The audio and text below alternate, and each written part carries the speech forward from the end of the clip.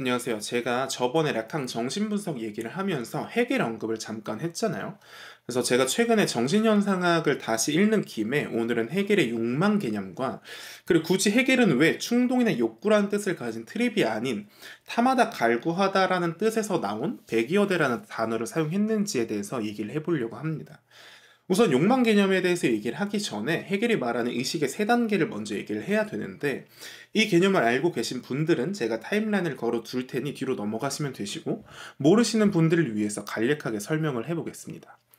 우선 첫 번째 장은 감각적 확실성에 대해서 먼저 얘기를 하는데 저기 앞에 대상이 있는데 저기 대상과 나와의 구별은 못하는 단계가 감각적 확실성이에요. 그리고 저기 있는 대상은 오로지 순수한 지금 여기 뭐 지금 뭐 이런 부분으로밖에 이제 해석을 못하는 단계죠. 근데 지금이라는 것은 저 사과나무가 앞에 있지만 지금은 언제 밤이 되고 지금은 낮이 되고 지금이라는 걸로 사과나무를 설명할 순 없죠.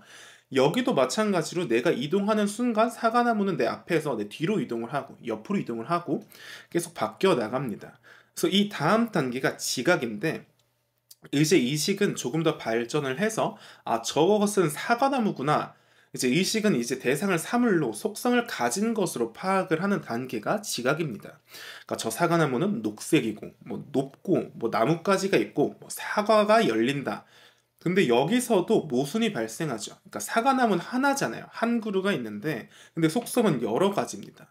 녹색이면서 갈색이고 뭐 부드러우면서 거칠고 뭐 하나의 줄기면서 수많은 가지고 근데 어떻게 하나가 동시에 여러 될 수가 있나요? 그러니까 여러분이 사과나무를 만질 때는 거칠지만 잎사귀를 만질 땐 부드럽잖아요. 그렇다면 사과나무는 거친 것입니까? 부드러운 것입니까? 아직 이것들에 대해서 파악을 하지 못한 단계가 지각이고 이제 의식은 조금 더 발전을 해서 지성 단계로 옵니다.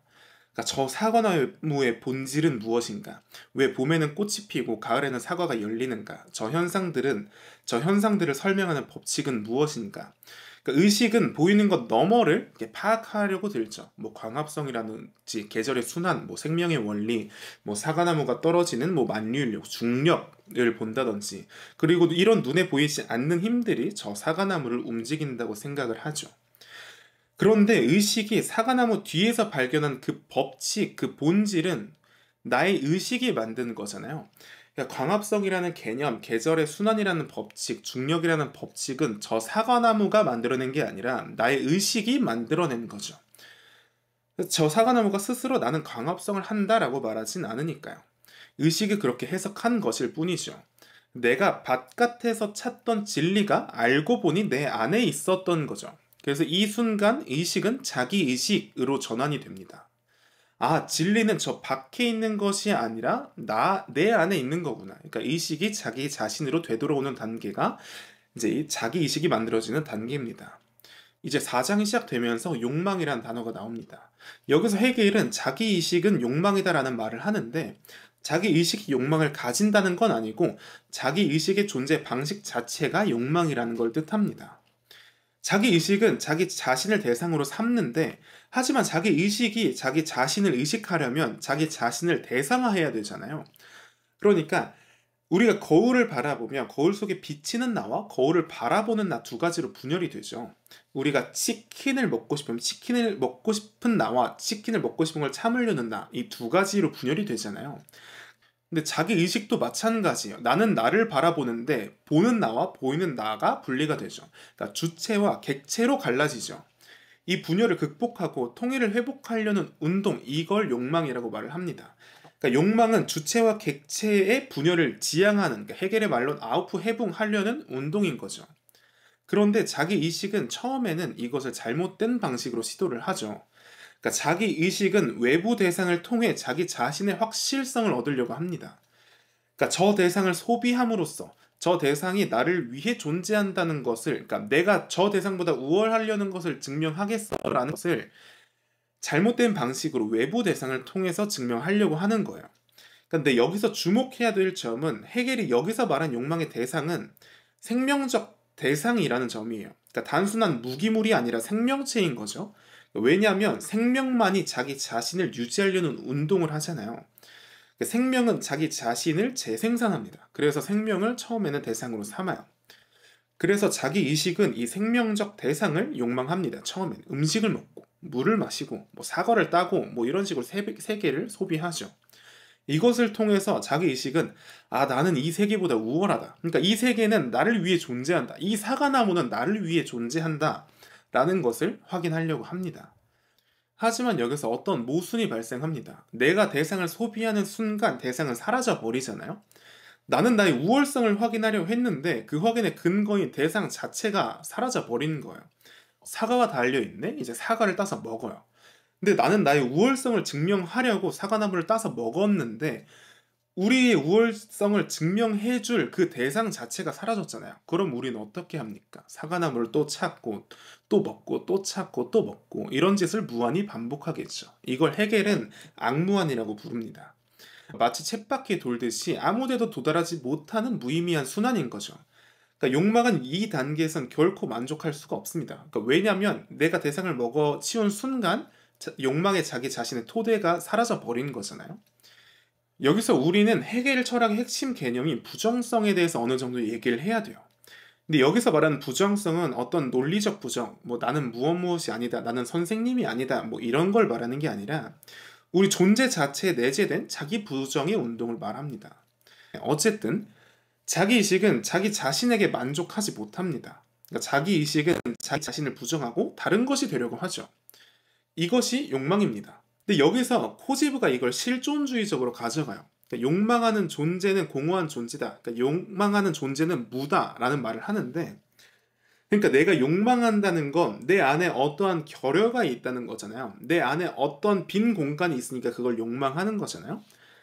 근데 이것은 단순한 결핍이 아니라는 거죠. 그러니까 이건 생산적인 결여라는 거예요.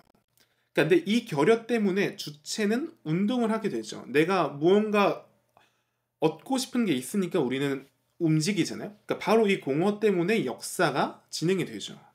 만약 인간이 완전히 만족한다면 역사는 멈추겠죠. 전쟁도 일어나지 않을 거고 뭐 어떤 기술적인 발전도 일어나지 않을 테니까요. 자, 이제 가장 중요한 전환점에 도달을 합니다. 자, 이제 자기 의식은 생명적 대상은 우리 욕망을 채울 수 없다는 걸 알았어요. 사과를 따서 먹으면 그 사과 자체가 사라지니까 그 욕망의 대상 자체가 소비되면서 사라지니까 이런 생명적 대상은 우리의 욕망을 채워줄 수 없다는 걸 알았어요. 그래서 우리의 욕망의 대상을 바꿉니다. 그러니까 자기 의식은 다른 자기 의식을 욕망해야 된다는 걸 깨달아요. 그러니까 다른 타자와 관계를 맺어야 된다는 걸 깨닫는다는 의미예요. 그러니까 여기서 핵심은 다른 자기 의식은 소비될 수가 없다는 점이에요. 그러니까 우리가 타인을 뭐 먹어치우거나 할 건 아니니까 내가 다른 자기 의식과 관계를 맺어도 그 자기 의식은 사라지지 않으니까 오히려 그 관계 속에서 나는 진정한 자기 의식이 될 수 있다는 걸 이제 우리 의식은 깨닫는 거죠. 그래서 헤겔은 자기 의식은 다른 자기 의식 속에서만 그것에 만족에 도달한다. 그러니까 우리는 타자와의 관계 속에서만 우리의 욕망에 도달할 수 있다라는 말을 합니다. 그러니까 이게 무슨 말이냐? 자기 의식은 본질적으로 사회적이라는 말인 거예요. 그러니까 나는 혼자서는 자기 의식에 도달할 수 없다. 나는 혼자서 욕망을 채울 수 없다. 나는 타자의 관계 속에서만 나 자신이 된다. 이런 말을 합니다. 그런데 여기에서 욕망의 구조가 복잡해져요. 그러니까 내가 원하는 건, 내가 욕망하는 건 다른 자기 의식 자체가 아닌 거예요. 그러니까 다른 사람을 욕망하는 게 아닌 거예요. 더 정확히 말하면 다른 사람들이 원하는 것을 욕망하고 그 더 나아가서 다른 사람들이 나를 욕망해 주길 원한다는 거예요. 이걸 코제브가 인간의 욕망은 다른 욕망을 향한 욕망이다로 가져가죠. 그러니까 우리는 타자가 나를 우월한 존재로 그러니까 추앙해 주길 원한다는 거예요. 그리고 타인들이 원하는 것들, 타인들이 가치가 있어 하는 것들을 우리는 욕망한다는 뜻이에요. 그러니까 우리가 명품 가방이 비싼 이유가 뭐 가죽이 좋아서가 아니잖아요. 그러니까 애초에 사람들이 그것을 원하지 않았더라면 비쌀 이유 자체가 없잖아요. 뭐 비트코인, 뭐 금 이런 것도 마찬가지고. 근데 그것들이 비싼 이유는 다른 사람들이 그것을 원하니까, 그것 가지고 싶어 하니까 그것을 원하는 거죠. 그러니까 내가 그것을 가짐으로써 다른 사람들의 욕망의 대상이 되는 거죠. 그게 진짜 이유라는 거예요. 사람들이 권력을 원하는 이유도 마찬가지잖아요. 만약 이상적인 공산주의가 실현이 됐다면 그 누구도 권력을 가지려고 하지 않을 거예요. 왜냐하면 해야 될 일이 너무 많으니까. 오히려 나보다는 다른 사람들을 위해서 이타적으로 일을 해야 되니까 이상적인 공산주의의 사회에서는 그 누구도 권력을 원하진 않을 거예요. 근데 현실은 어떤가요? 사람들이 나를 우러러보고 나를 존중하고 나를 되게 대단한 사람으로 보잖아요. 권력을 가지면. 그래서 우리는 권력을 가지고 싶어 하죠. 그러니까 인간의 욕망은 본질적으로 아까도 말했지만 사회적인 거예요. 그러니까 나는 저 대상 자체를 원하는 게 아니라, 나는 권력 자체를 원하는 게 아니라, 나는 명품 가방 자체를 원하는 게 아니라 다른 사람들이 그것을 욕망하니까 그것을 원한다는 이런 뜻이에요. 여기에서 이제 드디어 유명한 주인과 노예의 변증법, 그러니까 인정투쟁이 나옵니다. 근데 여기서 중요한 건 인정은 욕망과 별개가 아니라는 걸 알고 가야 돼요. 그러니까 인정은 욕망의 필연적 귀결이라는 거예요. 그러니까 자기 의식이 다른 자기 의식의 욕망을 욕망한다는 건, 내가 다른 사람들이 원하는 걸 욕망한다는 건 자기 의식이 타자로부터 인정받기를 욕망한다는 것과 똑같은 거죠. 내가 권력 자체를 원한다는 건 다른 사람들이 권력을 원해서도 받지만 그 권력을 얻음으로써 다른 사람들에게 내가 인정받기를 원한다는 거잖아요. 그래서 이 두 자기 의식이, 그러니까 두 사람이 마주칩니다. 뭐 현대 사회에선 회사에서 두 직원이 승진자를 놓고 경쟁한다고 예를 들 수도 있겠죠. 근데 이걸 이제 해겔은 조금 더 원시적으로 이제 주인과 노예를 비롯해서 얘기를 하죠. 그러니까 두 원시인이 숲속에서 이제 마주친다고 가정을 해봅시다. 이제 같은 사냥터를 놓고 대치를 합니다. 여기서 이 숲은 내 거야, 이 나라는 내 거야, 이런 싸움이 시작이 되는 거죠. 그런데 이건 그냥 서로의 그냥 싸움이 아니라 생사를 건 투쟁인 거예요. 그러니까 나는 생명보다 더 중요한 것이 있다. 그러니까 이 숲의 주인으로 인정받는 것이, 이 국가의 주인으로 인정받는 것이 나의 목숨보다 중요하다. 그러니까 나는 단순한 동물이 아니라는 거예요. 그러니까 동물은 같은 먹이를 두고 싸우다가 한쪽이 더 강한 게 증명이 되면 약한 쪽은 물러나잖아요. 근데 인간은 그렇지 않다는 거예요. 그러니까 인간은 이 인정 욕구를 위해서, 인정받기 위해서 이 인정받는 게 나의 목숨을 걸 만한 가치가 있다는 거죠. 근데 여기서 이제 아까와 똑같은 문제가 나옵니다. 서로 싸우다가 한쪽이 죽어버리면, 아까 사과나무 따먹은 것과 똑같이 이 한 사람이 죽어버리면 나를 인정해줄 존재가 사라지게 되죠.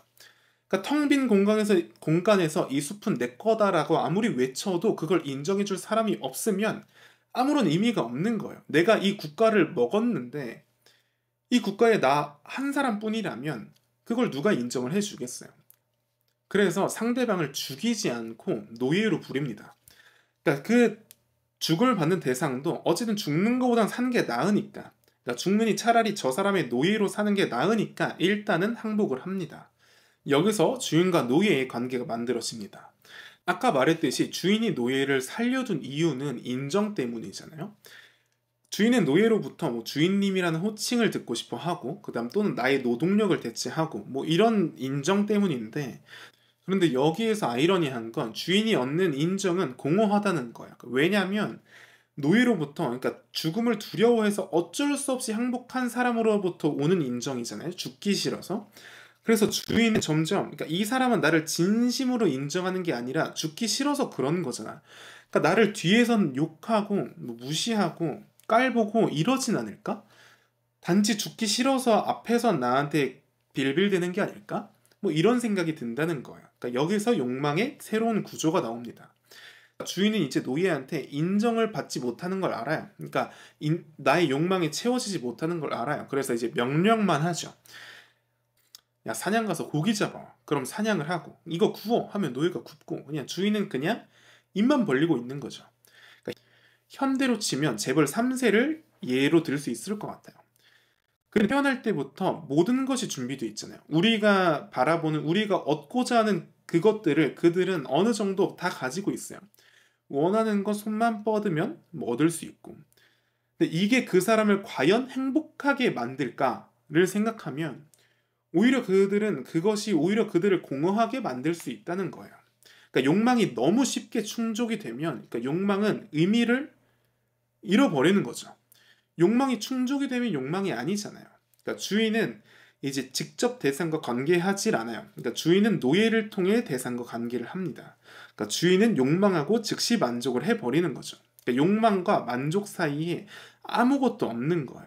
그러니까 이것은 한편으로는 편해 보이지만 실은 주인을 텅 비게 만드는 거죠. 그러니까 반면 노예를 봅시다. 그러니까 노예는 숲으로 나가서 직접 동물을 추적하고 뭐 덫을 놓고 사냥을 하죠. 노예는 자연과 직접 대상하며 마주보며 씨름을 하죠. 그러니까 노예도 배가 고프고 저 고기를 먹고 싶지만 주인한테 줘야 되니까 먹을 순 없어요. 그러니까 우리가 지금 게임하고 싶고 놀고 싶지만 그러니까 참는 거랑 똑같은 거죠. 그러니까 우리가 참고 뭐 공부하고 운동하잖아요. 왜? 나중에 더 큰 것을 얻기 위해. 그러니까 이 지연, 이 억제가 바로 노동의 본질이에요. 근데 이 지연, 이 억제를 통해서 노예는 무언가를 배우게 돼요. 그러니까 노예는 숲의 지형을 알게 된다든지 어디에 동물이 많이 나타나는지 뭐 언제 사냥하기 좋은지 뭐 어떻게 사냥하는 게 조금 더 효과적인지 여기서 이제 노동, 아르바이트라는 개념이 등장을 합니다. 그러니까 노예는 일을 하죠. 일을 하면서 노동을 통하면서 그러니까 노예는 자기 자신을 형성하게 되는 거예요. 그러니까 노예가 덫을 만들어요. 처음에는 서툴렀지만 이제는 점점 잘하게 되고 그러니까 노예가 길을 만들어요. 처음에는 없었지만 이제 노예가 만든 길이 점점 뚜렷하게 길이 나는 거죠.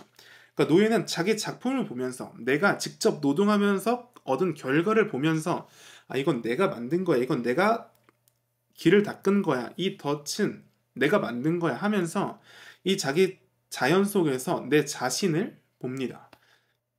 그러니까 이것이 진정한 그러니까 이게 진짜 자기 이식의 실현인 거죠. 그러니까 우리 현대에 뭐 최근에 흑백 요리사가 핫했으니까 뭐 안성재 셰프라든지 아니 뭐 어떤 굉장히 오랫동안 자기의 일에 몰두한 그런 장인들을 보면 자기가 만든 작품 속에 어느 정도 자기 자신이 좀 깃들어 있잖아요. 우리가 뭐 모수를 간다고 치면 단순히 그 음식을 먹기 위해서 간다기보다는 그 사람이 만든 안성재 셰프의 뭐 어떤 것을 보기 위해서 먹기 위해서 경험하기 위해서 찾아가듯이 어쨌든 그렇게 노예는 노동을 통해서 자연을 지배하는 법을 배우게 됩니다. 어쨌든 그렇게 노예는 노동을 통해서 자연을 지배하는 법을 배우게 됩니다. 처음에는 죽음에 대한 공포 때문에 노예가 됐지만 이제 노예는 세계를 변형시키는 능력을 갖추게 되는 거죠. 반면 주인은 노예에게 너무 의존만 하다 보니까 점점 무능력해져요. 이제 주인은 혼자 고기를 잡는 방법도 구워 먹는 방법도 길을 만드는 방법도 몰라요. 왜냐? 노예에게 너무 의존만 했으니까 노예가 그것들을 전부 다 했으니까 처음에는 이 숲을 지배하기 위해서 노예였던 사람과 생사를 건 투쟁을 하고 노예를 노예로 만들었는데 시간이 지나다 보니까 앞뒤가 바뀐 것을 통해서 욕망은 교양화가 되는 거죠. 그러니까 아이가 과자를 보자마자 집어 먹는 것과 아이가 과자를 보자마자 집어 먹는 것과 다를 게 없는 거죠. 근데 여기서 노동을 통해 욕망은 교양화가 돼요. 욕망은 이제 억제되고 이제 지연되고 매개가 됩니다. 혹시 마시멜로 실험 아시나요? 그러니까 아이들 앞에 마시멜로를 놓고 뭐 15분 참으면 하나 더 줄게 이러면 참는 아이들이 있고 못 참는 아이들이 있잖아요. 하지만 노동을 통해서 욕망은 교양화됐죠. 욕망을 억제하고 지연하고 이제 매개가 됩니다. 혹시 마시멜로 실험 아시나요? 아이들 앞에 마시멜로를 놓고서 15분 참으면 하나 더 줄게 라고 했을 때 참는 아이들이 있고 못 참는 아이들이 있을 거 아니에요? 근데 나중에 봤더니 참았던 아이들이 나중에 더 성공한다고 하는 그런 연구 결과가 있었어요. 그러니까 이것이 인간과 동물의 근본적인 차이라는 거예요. 그러니까 아이가 과자를 보자마자 집어 먹는 것과 다를 게 없다는 거예요. 하지만 노동을 통해서 욕망은 교양화가 되고 욕망은 이제 지연이 되고 억제되고 매개됩니다. 그러니까 이게 인간과 동물의 차이라는 거예요. 그러니까 동물은 지금 당장 배고프니까 지금 당장의 만족만 추구를 한다면 그러니까 인간은 지금 당장의 어떤 목표, 지금 당장의 즉각적인 만족을 포기하고 장기적 목표를 추구한다는 거죠. 그러니까 농부가 봄에 씨앗을 심고 아무리 배가 고파도 그 씨앗을 먹지 않고 가을까지 기다리잖아요. 그러니까 이 교양화된 욕망이 바로 문화의 토대를 만듭니다. 뭐 투자, 저축, 뭐 교육 이것들이 전부 다 욕망의 지연이잖아요. 그러니까 지금의 만족을 포기하고 미래를 위해 투자를 하는 거니까. 봉건귀족, 그리고 노예는 부르주아, 뭐 상인, 장인이었고 일하고 생산하고 축적하는 사람들. 근데 역사는 우리가 알다시피 노예가 승리를 했죠. 그러니까 프랑스 혁명을 보면 귀족들은 베르사유 궁전에서 향유만 하다가 몰라. 근데 역사는 어떻게 흘러갑니까? 우리가 프랑스 혁명을 알다시피 결국 노예가 승리를 했어요. 그러니까 귀족들은 베르사유 궁전에서 향유만 하다가 몰락을 해버렸고, 뭐 부르주아와 민중은 일하고 축적하고 결국 권력을 장악하게 되죠. 그러니까 프랑스 혁명은 노예의 혁명이라는 거예요. 그러니까 일하는 자들이 일하지 않는 자들을 타도했잖아요. 그리고 보편적인 인정의 원리를 확립합니다. 그러니까 모든 인간은 자유로 평등하다. 이제 모든 사람들이 시민으로 인정받게 되는 이제 계기가 되죠. 다시 아까 말했듯 욕망은 부정성이라고 했잖아요. 그러니까 사과나무 씨앗은 씨앗으로 머물지 않고 씨앗은 자기 자신을 부정하고 이제 싹이 되죠. 그리고 싹은 싹으로 머물지 않고 이제 자기 자신을 부정하고 나무가 됩니다. 그리고 나무는 열매를 맺고 열매는 다시 열매 속의 씨앗으로 되돌아가고. 근데 이건 단순한 반복이 아니죠. 왜냐하면 그 한 알의 씨앗이 수백 개의 씨앗이 되어 돌아오니까. 그러니까 욕망은 이 부정성이 주체 안에서 작동하는 방식인 거예요. 그러니까 내가 욕망한다는 것은 내가 지금 여기에 만족하지 않는다는 거죠. 그러니까 나는 현재 나를 부정하고 다른 것이 되려 한다는 게 욕망이라는 거예요. 그러니까 고등학생이 지금 나는 내가 아니야. 나는 대학생이 될 거야. 그리고 나는 의사가 될 거야. 뭐 나는 예술가가 될 거야. 이런 것들이 욕망이라는 거고, 그리고 여기서 중요한 건 그 전에 나를 부정한다는 게 그 전에 나를 없앤다가 아니라 그 전에 나는 그대로 내 안에 품고 있는 거예요. 사과나무의 씨앗이 사과의 부정, 그러니까 사과의 존재 자체를 없앤 그런 부정이 아니잖아요. 그 전에 나도 나고, 그 이후에 나도 나고, 이런 것들을 내 안에 품으며 지향하며 나아간다는 의미의 부정성이라고 이해를 하면 될 것 같습니다. 그래서 여기서 코제브는 이렇게 말을 합니다. 그러니까 욕망하는 존재는 공허한 존재다. 그러니까 욕망하는 존재는 뭐 무다. 왜냐하면 욕망은 내 안에, 자기 안에 어떤 결여가 있기 때문에 욕망을 하는 거잖아요. 내가 이미 완전하다면, 뭐 내가 완벽하면 뭐 욕망할 게 뭐가 있겠어요. 그렇게 이제 욕망이 끝나면 이제 열반에 드는 거죠. 이렇게 부처가 되는 거죠. 근데 우리도 알다시피 인간은 부처가 아니고, 그리고 인간 항상 어떠한 결여를 가지고 있고 항상 무언가를 부족해 하죠. 그래서 인간은 욕망을 합니다. 그리고 이 욕망 때문에 인간은 움직이게 되죠. 그리고 이 결여 때문에 역사가 진행이 됩니다. 그러니까 욕망은 본질적으로 어떤 시간적인 거예요. 그리고 어떤 면에서는 희망을 주는 어떤 감정인 것 같기도 해요. 그러니까 취준생이 지금은 힘들지만 매일 자소서를 쓰고 면접을 보고 뭐 떨어지고, 하지만 그 사람은 어쨌든 내 미래를 그리면서 합격하면, 입사하면, 연봉을 가지면 이런 내 앞날을 계속 욕망하며, 그리고 어떻게 보면 희망하며 자신의 미래를 살아가게 되니까요. 그러니까 자기 미래를 그리면서 살아가잖아요. 그래서 하이데거가 존재 시간에서 현존재의 본질을 앞서 자기 자신에게로 있음, 그러니까 지히 포어백 지인이라고 정의를 했잖아요. 이게 어떻게 보면 해결적 의미인 거죠. 자, 그렇다면 욕망이 부정성이고 부정성이 자기 자신을 넘어서는 운동이라면 욕망의 궁극적인 형태는 죽음입니다.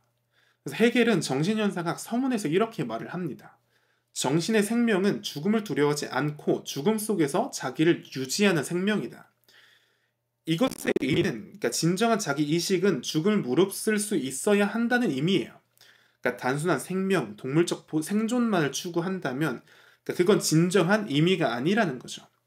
뭐 독립운동가를 보면 그분들이 목숨을 건 이유가 조국의 독립이나 민족의 자유가 자신의 생명보다 더 중요했기 때문이잖아요. 그러니까 이것이 바로 인정투쟁이 생사를 건 투쟁이 돼야 되는 이유인 거예요. 그러니까 주인과 노예의 변증법에서 왜 두 의식은 목숨을 걸고 싸웁니까? 그러니까 그들이 멍청해서가 아니라, 우리가 멍청해서가 아니라 나는 단순히 생명체가 아니라 자기 의식이다라는 것을 증명하기 위해서 싸우는 거예요. 그러니까 죽음을 두려워한 자, 그러니까 생명에 집착한 자는 노예가 됩니다. 그리고 죽음을 무릅쓴 자가 주인이 되는 거죠. 적어도 처음에는. 물론 우리는 이 관계가 나중엔 어떻게 역전되는지 봤습니다. 이제 여기에서 라캉의 이야기가 시작이 됩니다. 이제 라캉은 이제 코제브의 해석을 받아들이고 소시르에게 영향을 받아서 여기에 언어학을 입혀 결합을 시키죠. 근데 이건 주제를 벗어난 얘기니 다음에 라캉에 대한 주제로 다시 돌아와서 이 얘기를 해보도록 하겠습니다.